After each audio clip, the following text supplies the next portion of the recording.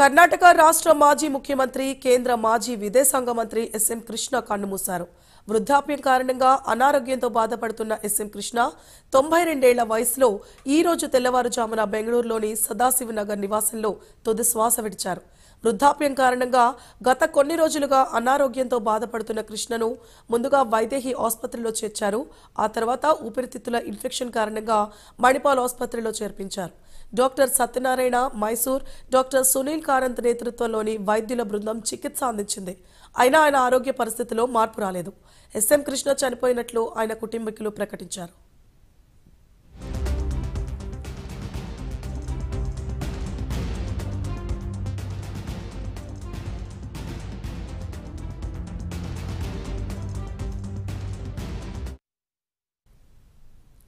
Right, ఇక కర్ణాటక రాష్ట్ర మాజీ ముఖ్యమంత్రి కేంద్ర మాజీ విదేశాంగ మంత్రి ఎస్ఎం కృష్ణ కన్నుమూశారు. వృద్ధాప్యం కారణంగా అనారోగ్యంతో బాధపడుతున్న ఎస్ఎం కృష్ణ 92 ఏళ్ల వయసులో ఈ రోజు తెల్లవారుజామున బెంగళూరులోని సదాశివనగర్ నివాసంలో తుది శ్వాస విడిచారు. వృద్ధాప్యం కారణంగా గత కొన్ని రోజులుగా అనారోగ్యంతో బాధపడుతున్న కృష్ణను ముందుగా వైదేహి ఆసుపత్రిలో చేర్పించారు.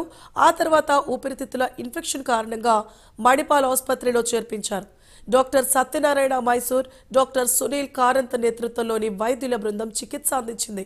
అయినా ఆయన ఆరోగ్య పరిస్థితిలో మార్పు రాలేదు. ఎస్ఎం కృష్ణ చనిపోయినట్లు ఆయన కుటుంబీకులు ప్రకటించారు.